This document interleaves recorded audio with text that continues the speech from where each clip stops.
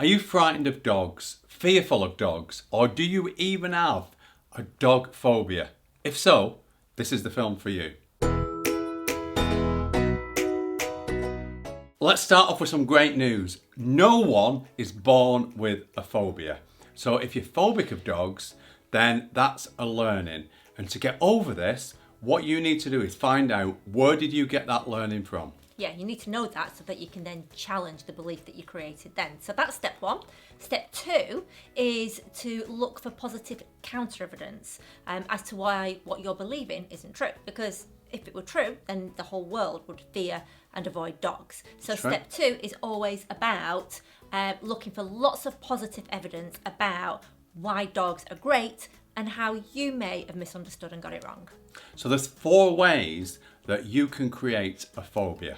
So let's talk about those in order. Yeah. First one, copy behaviour. That's top of the list really, because most people in our experience who have dog phobias, they've copied a parent, mum, dad, older sibling. That's the favourite. Second one is actually being told that you've got a phobia. What I mean by that is we've had people that when they were small children, an excited dog has ran up to them, knocked them over, they've been crying, and then the parents have said, oh, they're crying because they're frightened of dogs. And they've reinforced that over the years. So that person has, basically the parents have created a dog phobia. Yeah, so, and then looking for evidence to challenge that belief. I mean, looking at just those 2 events, there was no dog involved. So, you know, why... Unless, well, the one where the child was knocked over, there was a dog involved. Yeah, but not a nasty dog. Exactly. There's no reason. An excited dog, a friendly dog. You. Yeah, it wasn't meant in malice. And if a friend came up to you and they were really excited to see you and they threw their arms around you, then you'd think that was amazing. The fact was perhaps that you were small and it was your stature that knocked you down, but the dog didn't mean any malice. So we've got the 2 points there. The third way that you can acquire a phobia is through what we call transference. And what we mean by that, let me think, a good example. Okay, so imagine that you're going, as a child, you're going with your parents to see an uncle, for example, who you really don't like. You don't like going, you get really bored when you're there, but that uncle happens to have a dog. What you can actually do, because of the negative feelings associated with going to granddad, you can actually transfer that to the dog. So you start disliking dogs. Again, dog did nothing wrong, no malice, so you're protecting yourself from a dog that did nothing wrong. The fourth and sort of another common but it's actually the only one where a dog's involved as such, isn't it? This is actually, that's a good point, because this is the only one, and that is if you might have a trauma. Now, when we say trauma, that might mean, like Nick said, that you got knocked over when you were little, but that's just because the dog was excited and was really happy to see you. It was just that you were quite small. It could be that you've even had a nightmare. I mean, we have worked with people who have had nightmares and then gone on to have a phobia. Or it could be that perhaps you got nipped by a dog. Well, that's the worst case scenario. That is. Being bitten by a dog or being nipped by a dog. Yeah. And again, you know, let's look at scales here. As a small child, if you get nipped by a dog, as an adult, it's like having a big gash, isn't it? Let's be honest. Well, it feels like, because children tend to sort of over-exaggerate things. However, even if you did get bitten by a dog, even if you were hurt by a dog, that was one dog. And it is so unfair to blame an entire species. It is. Because it's the same with humanity. Some people are really, can sort of have a bit of a nasty streak, but majority are really, really But actually, put that into perspective. And by having been bitten by one dog and then being fearful of all dogs or even having a phobia of dogs is like, you know, your first relationship in life, you get your heart broken. We've all been there, had our hearts broken, but it doesn't stop us getting into another relationship. If you use the same way, then, you know, like a dog bit me and now I'm frightened of them.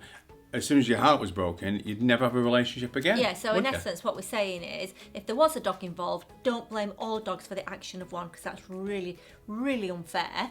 But if a dog wasn't involved, then it's really unfair then to persecute to blame them at all for something that they've never ever done. So once you've really challenged the origin and how it started and what you believed back then and how you might have misunderstood that and got it wrong, the next step is to look for an abundance of positive evidence about dogs, because literally what we're trying to do here is to show you the truth about dogs, and that is that, you know, dogs are loyal friends. They give love unconditionally. They teach children how to interact, how to have social skills. They teach you how to love and give love in return.